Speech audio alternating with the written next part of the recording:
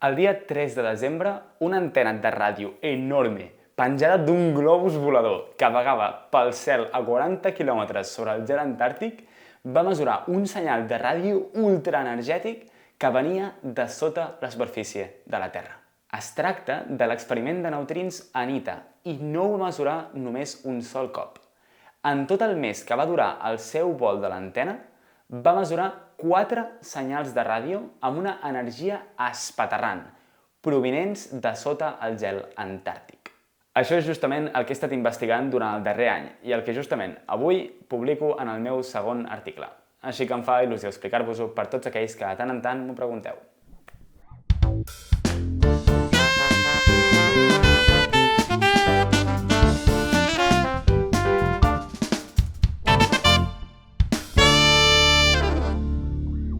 L'origen d'aquestes ones de ràdio no és una tecnologia militar nova, o bé, si ho era, doncs probablement aviat vindrà per mi, sinó que l'explicació estàndard és que aquesta senyal venia d'un origen més enllà de la Terra.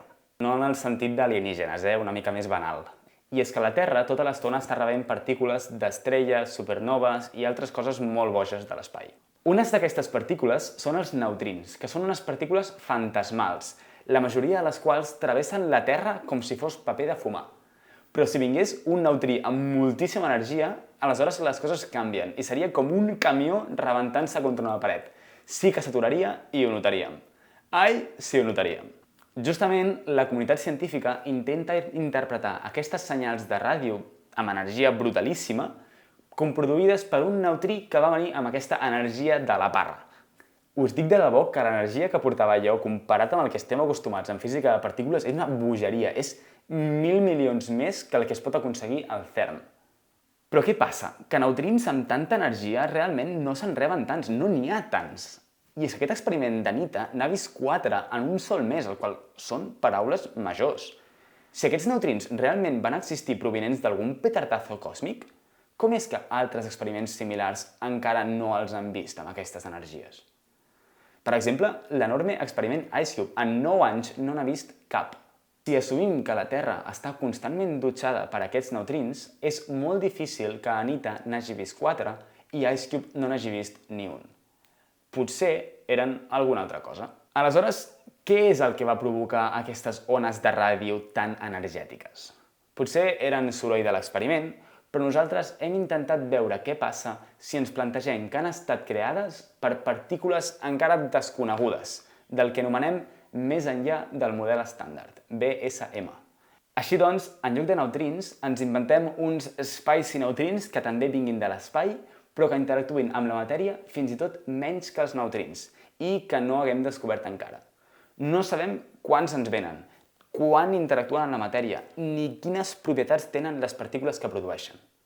Però si han hagut de produir 4 esdeveniments a ANITA, unes certes propietats ja sabem que han de tenir.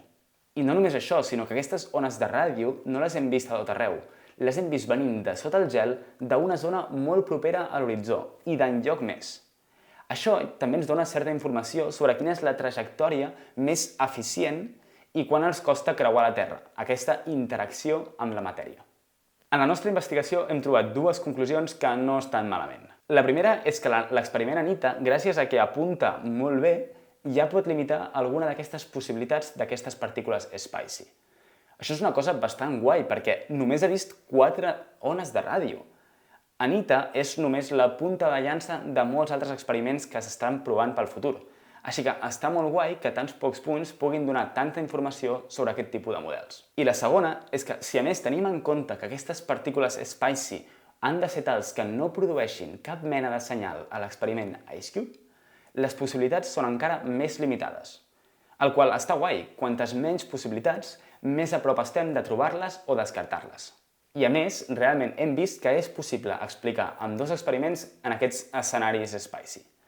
I les futures dades d'aquest experiment IceCube ens podran dir molt més. En conclusió, els experiments amb neutrins d'ultraalta energia com ANITA estan tot just començant, però tenen un gran potencial de descobriment.